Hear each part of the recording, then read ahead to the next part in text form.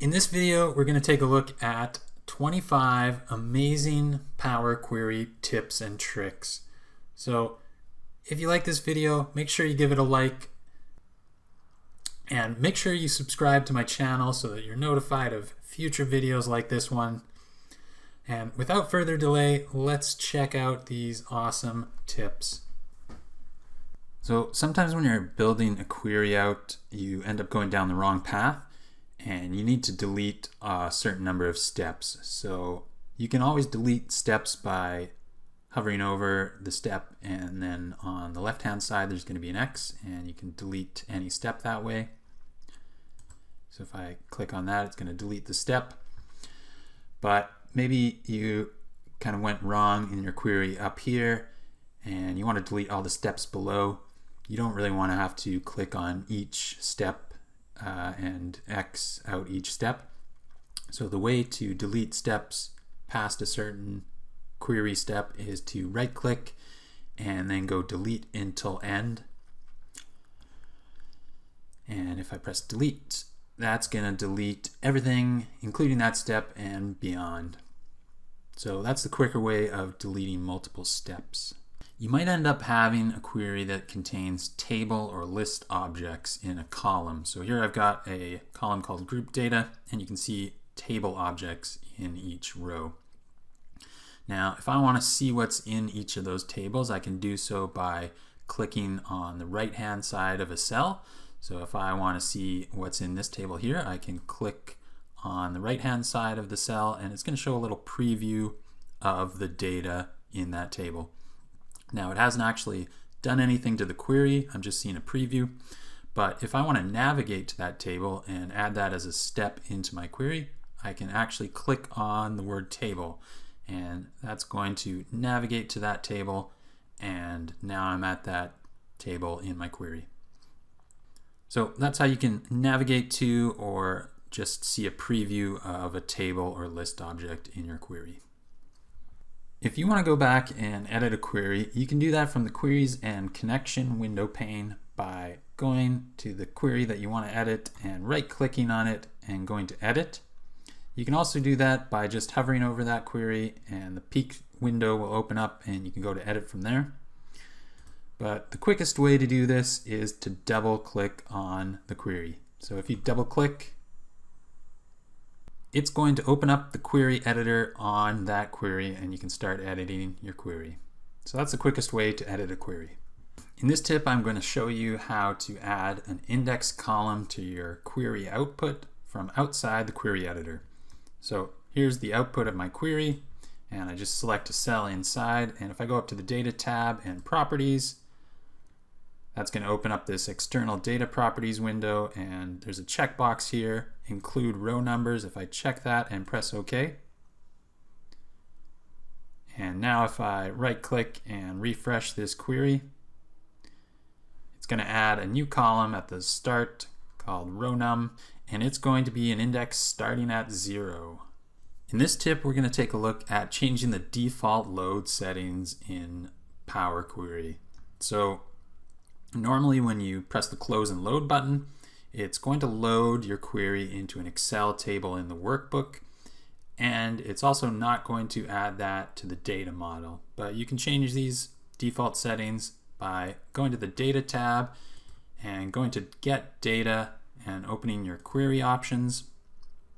From here we can go to the global settings and data load, and here we can change our default query load settings. So right now it's using the standard load options, which as I said are to load to the workbook as a table and to not load into the data model. So we can specify our custom default load settings, so we can choose to load to the workbook or not, and we can also choose to load to the data model or not.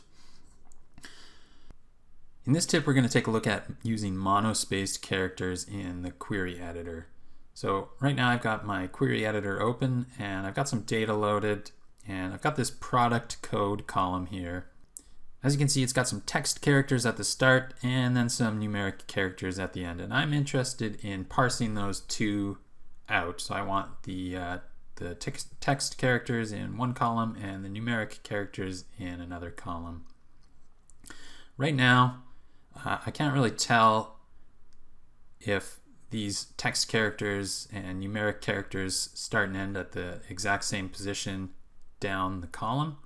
So to get a better view, I can go to the View tab, and if I check this monospaced option here, that's going to give me a view where each of the characters takes up the same amount of space. So if I just uncheck that, you can see that, for example, D and this I character here, the D takes up much more space than the I. But if I click on this monospaced character option, they end up taking up the exact same amount of space, and it allows you to more easily see that in this example the numbers all start at the same position, and that way you can do something a bit more easier, like splitting these out. So if I split the column by number of characters, I can easily see that they all start at the 8th character, and press OK. And here I've got my text characters and my numeric characters separated out now. This is a quick tip about selecting different columns in your query editor. So you can use the arrow keys on your keyboard to scroll around and select different columns.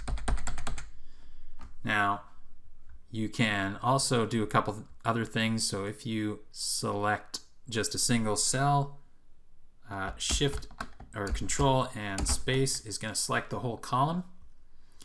You can also press Control A, and that's going to select the whole table for you. And you can do the same sort of tricks with selecting rows. So if you select a row, you can move up and down with your selection using the arrow keys as well. So quick tip about selecting columns or rows in your Power Query editor. In this tip, we're going to take a look at adding comments to our queries. So you can do that in the Advanced Editor for a query. So you can either open the Advanced Editor from the Home tab, or you can go to the View tab and Advanced Editor. Once you open the Advanced Editor query, we see the code for our query. This is the M code. Like most programming languages, this allows you to add in comments with certain special characters in front. So to do that, we can use a // to start a comment on a single line.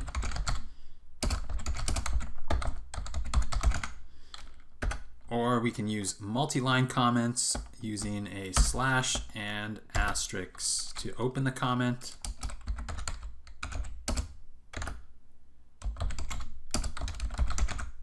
And then a asterisk and / to close the comment. So those are the two different ways you can add comments into the Advanced Editor in your M code. In this tip, we'll take a look at how we can use the formula bar in our query editor to quickly add comments without opening the Advanced Editor.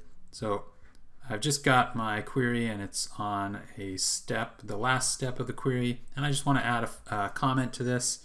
I can do that in the formula bar using the / and asterisk characters to open up my comment, and then closing it with asterisk and a / again. And if I press enter, that's going to enter my comment in there. If I navigate away from that query and navigate back, you can see that the comment isn't there in the formula bar anymore. But if I go to the Advanced Editor, it is still there in the Advanced Editor. So here's my comment. So that's a quick way to use the formula bar to get comments into the Advanced Editor. So we just took a look at how we can add comments with the formula bar, but we realized that when we navigate away and come back to our query, they aren't visible from the formula bar. This tip, we're going to take a look at how we can make them remain visible from the formula bar. So to do that, we need to insert the comment within a formula in our formula bar. So here I'm inside one of my formulas. It's the table.transform column types formula. So if I add a comment here, / and asterisk to open up the comment,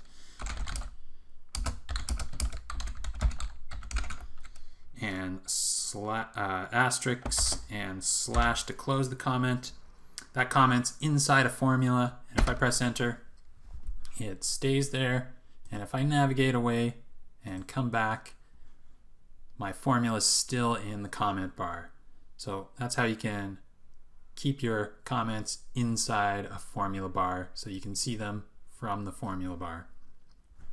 Another way to add comments to your M code without going into the advanced editor is to use the applied steps. So if you select any step, you can add a comment to that step. So by right-clicking on that step, you can go to the properties, and that's going to open up the steps property where you can rename the step or you can add a description. And the description is actually going to be a comment that appears in your advanced editor. So if I add my description and press OK, notice that I didn't need to use any special characters to denote that it's a comment. It's going to apply those for me. So if I go into my advanced editor now, there's the comment that I just added. In this tip, we're going to take a look at how we can add a sequential list into our data. So to do that, I'm going to add a column. So I'll go to the Add Column tab and add a custom column to our query. And I'm just going to call this list. And if I use some curly brackets, and if I want to start my list at 3 and go to 10 and close it with the closing curly brackets and press OK, that's going to create a list starting at 3 and going all the way up to 10 in each of the rows. So here I can just click on it, any of these lists to preview, and I'm just gonna bring this up a little bit, and you can see I've got a list here starting at 3 and sequentially increasing all the way up to 10. Now you don't have to use a hard-coded value in there. If I want to edit this, maybe I can change these to reference columns in my data. So I could change that to reference the start column and change that to reference the end column. And that way each of these lists here will be slightly different. So here I've got my start column is 2 and my end column is 13. So it's generated a list that starts at 2 and goes down to 13. Whereas here I've got my list that starts at 1 and goes to 3. So that's how we can add sequential lists into our queries.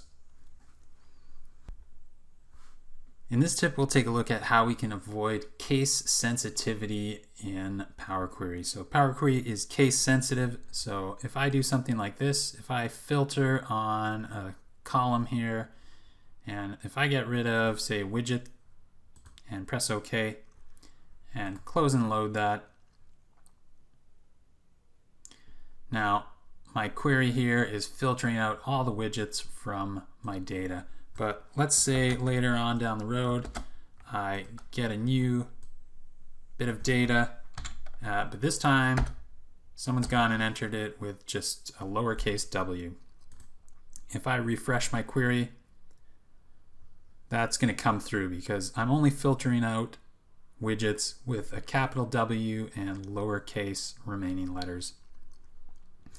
So to fix that, I need to go into my query editor, and now instead of filtering on this column here, what I'm going to do is I'm just going to remove that step.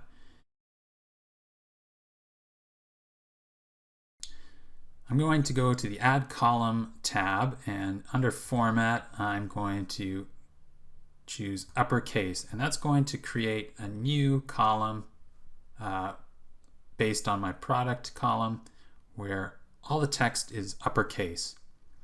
And now if I filter on widgets and press OK, if I filter out widgets, so if I remove widgets from the filter. And I can remove this column now because I'm done with it, and close and load this. And now it's filtered out all the widgets regardless of what kind of case I put in there. So that's how you can avoid case sensitivity with things like filtering in Power Query. And that will safeguard you from future mistakes possibly down the road due to changes in capitalization. In this tip, we'll take a look at renaming columns. So the quickest way to do that is to double click on the column header name. So if I double click, that's going to allow me to edit the column name, and I can change it as I want and press enter, and that's going to change the column name. Another way to change the column name is to use your keyboard. So you can press F2, select the column you want to change the name, and press F2, and that's going to allow you to change the column name again. And when you're happy with the new column name, you can press enter, and we got our column name changed. In this tip, we're going to take a look at how we can navigate through complicated query dependencies. So in this workbook, I've got a lot of queries, and it can be hard to remember which query depends on which data source and which query. So a good way to navigate through all your queries is to go into the query editor. So I'm just going to double click on any of these queries here. And now if I go to the View tab, I'm going to check out this Query Dependency view. And that's going to bring up this diagram view here. There's a couple different options for layouts. So if I zoom in on this a little bit, you can see that the query dependencies go from top to bottom. There's a couple different layouts here that you can choose. You can go from bottom to top. It's going to change the layout a little bit. So I got my source data down here now and dependent queries flowing upwards.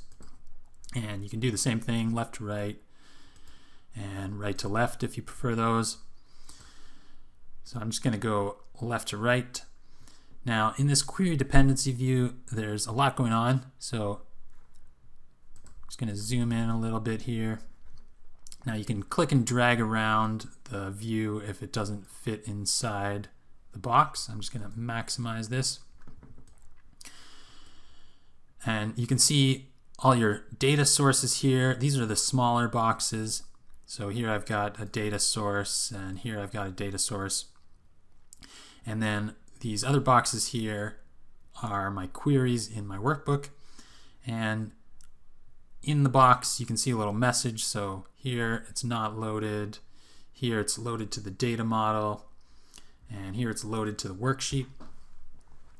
And you can see that these arrows here connecting each of the queries and data sources indicate the flow. So here's my source data, and it's flowing into this query here, and this query is flowing into this query, and that query is flowing into that query, etc.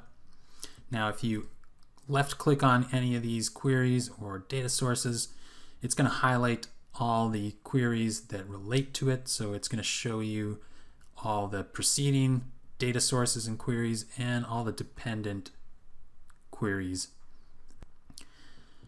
You can right click and you can right click on any of the objects in here, and you can center the view on that and maybe zoom out then. You can also center the hierarchy to that view, so it's going to center and show all the dependent and preceding queries. And you can zoom out to the full view if you want. So that's a good way to visualize what's going on in a complicated workbook using the query dependency view. In this video, we're going to take a look at how we can drill down to a single value from a query. So in this example, let's say maybe I wanted to access this number here, 65, so 65 lamps. I can right click on that cell and go to drill down. And that's going to drill the query down to just a single value. So it's no longer a table of results, it's a single value. And I've just named this query sales lamps. And if I just copy that, and if I go to another query, I can now use this single value in any sort of calculation. So I'm just going to add a column to this to demonstrate. And maybe I just want to show all the other quantities as a percentage of the lamps quantity. So let's just call this new column percentage of lamps. And now I can reference that single value by referencing the query name and press OK. And now, as you can see, obviously 65 divided by 65 is 1, and all the others show as a percentage based on that 65 value. So that's how you can access a single value from a query's results and use it in other queries using the drill down function. In this tip, we'll take a look at an option that we can enable for Power Query that will potentially speed up our queries loading. So in the Data tab, if I go to the Get Data option and open the Query options, now in the Global Settings Data Load options, there's this checkbox here, Fast Data Load. So if I enable that and press OK, now when we load our queries, they might load quicker, but the trade-off is that Excel might appear to be unresponsive during the loading. So it's an option that you can enable to make your queries a bit speedier. In this tip, we're going to take a look at disabling the auto detect data type feature in Power Query. So whenever you connect to an unstructured data source like an Excel table in the workbook, or a CSV file or another Excel workbook, Power Query is going to try and guess the data types in your data. So let's take a look at this. So if I create a new table range query from a table inside this workbook, notice that the first step is the source. So it's pulling data from my table. And then the second step it automatically applies is to change the data types. So here, notice that it's gone and changed the data types to a text for this column and date time for this order date and an integer for this total. Now, sometimes it's going to get it wrong. So here I actually just want date. And so I've got to go and change that and replace the current step. Now let's just close this out. So there's an option you can change so that it doesn't automatically apply its change steps or change data type step. And that's in Get Data. So in the Data tab, Get Data, Query Options. And this time in the current workbook settings, data load, just uncheck this automatically detect column types and headers for unstructured sources and press OK. And now if we try and import this table again, we don't get that automatic data type change step. So now we can manually go through and change all our data types as we desire. So here, change that to a date and whole number. So that's how to prevent Power Query from automatically detecting and changing your data types if you prefer to do it manually. So this next tip is definitely a hidden little gem. We're going to take a look at how we can explore all the different functions available to Power Query using the Power Query editor. So in the Power Query editor, I'm just going to make a new query.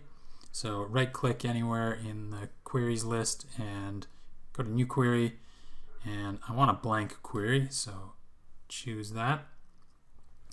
And now if I type in equals # and shared and press enter, that's going to bring up a list of all the objects available to the Power Query editor. So notice up top here, I've actually got a list of all the queries that I've created in this workbook, and then below is a list of all the functions available to Power Query, along with some constants that you can use in your functions. So there's a lot of different functions available, and notice we got 760 fields here. Not all of them are the functions though, obviously. Some of that includes the queries I've got listed up here. But the cool thing is, with this list you can explore what all these functions do. So if I, for example, click on any one of these, so here let's explore the table.splitColumn function, and if I click to the right of the word function, it's going to give me a little preview of this function. So here it lists out the syntax of the function and gives a brief description of what the function does, and then an example listed below. If I actually click on the word function, that's going to navigate to that function in my applied steps. Notice the new navigation step. And I'm actually going to be able to try out this function using some of my data. So here I can add in parameters to this function based on my data and try out the function. Now notice there's also a couple things here. Here I've got the function name, brief description again. Here I can enter my parameters to invoke the function based on my data. Again, I've got the syntax listed and an example. So that's a cool way that you can explore all the different functions available in Power Query using the Power Query editor. In this tip, we're going to take a look at how we can slice a query into two parts. So to do that, we're going to select the step that we want to cut the query at, and if we right click on there and select extract previous, now we're going to extract the steps before that selected step into a new query. So I'm just going to name this new query previous and press OK. And as you can see, that's created a new query with all the steps up to that step that we selected.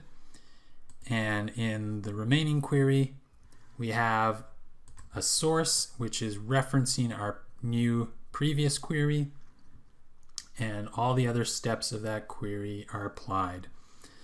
So that's how we can separate out a query into multiple parts.